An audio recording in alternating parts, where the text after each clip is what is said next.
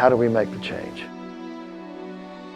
If you really are passionate about this, the first step is up to you, and the second step can only come after you've taken the first step.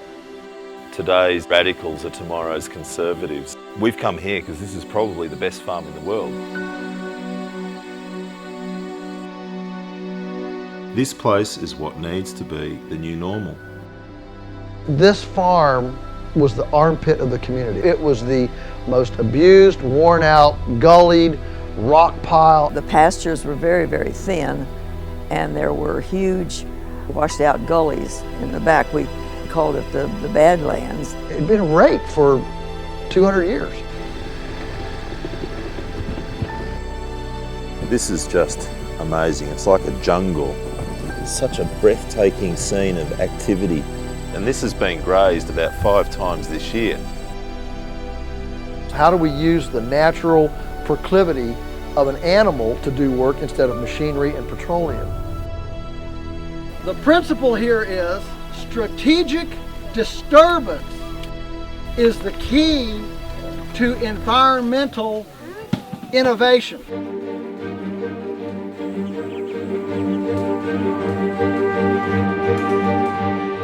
What makes this farm so different? I think it's all of the symbiotic relationships that mimic nature.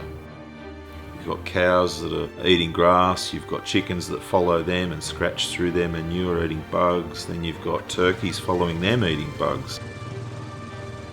You go up into the forest and you've got pigs. Then you come down and you've got people buying their food directly off the farmer, and then you've got all these young people who are learning off masters. Farmers around began to see and realize that we were doing things a little differently than they were. They all thought we were kind of crazy, not plowing and planting and raising corn like they did. It's immediately clear that this is different than other farms. The sheer quantity of life on this place. Somebody's going to have to open our eyes and say, yeah, what he's doing is great, and it's building our country back up. In 5 minutes, I can show you 10 things that Grandpa would have given his eye teeth to have.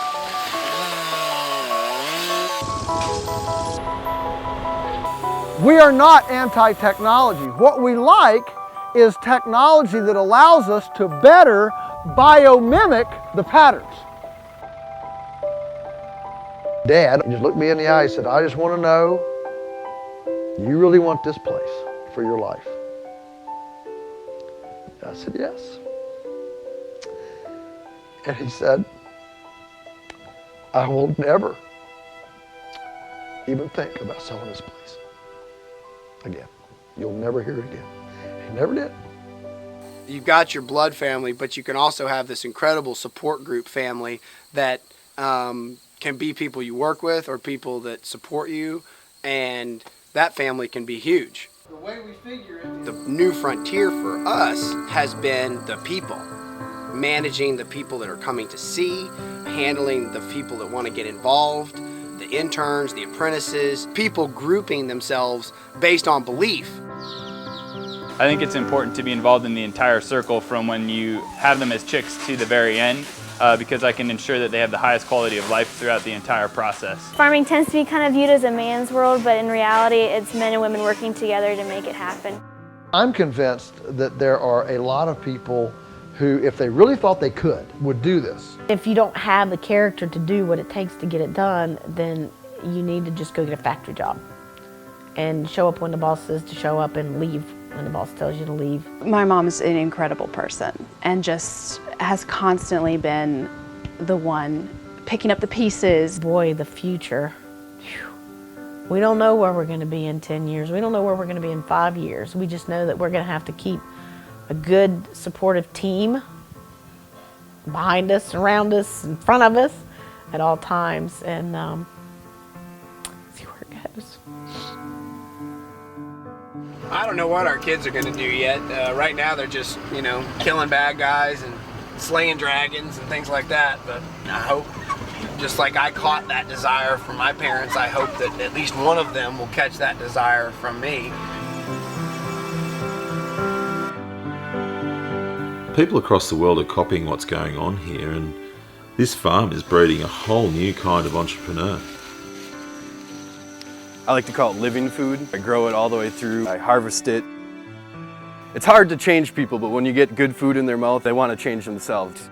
I'm friends with chefs, and every one of them is jealous that I get to pick each tomato hand-picked that I will be using. We use 90% of our produce from the local community.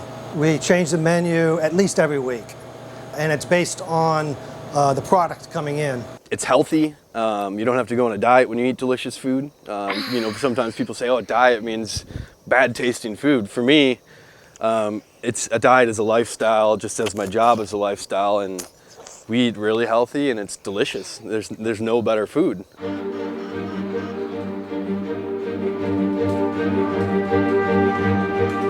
Keep it decentralized and keep empowered people autonomous to create their own income packages and what they like to do.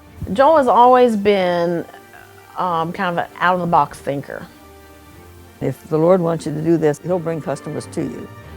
And I said, let's try it and see.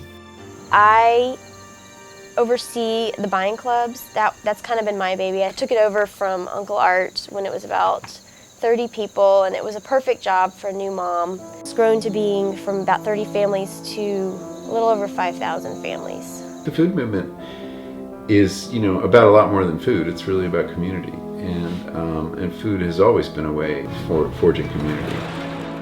I think the farther away we get from the natural world that we evolved to exist in, the worse off we're going to be. Once I found out that they were delivering, you know, a couple miles from my house, I was all over it. I would like to see more people be responsible for their own actions, not trying to point the blame to somebody else. You did this to me. Well, it's what you're putting in your body, and it's what you are doing and what you're doing to your kids and you're doing to your economy and environmentally. We were blind to it for my entire time growing up. You know, for 45 years, I didn't think about it. I just went to the supermarket like everyone else and picked up the package and assumed that things were always right with the world. Most of us eat thoughtlessly, and then that's how we got into this trouble. People are just waking up because there's just all over.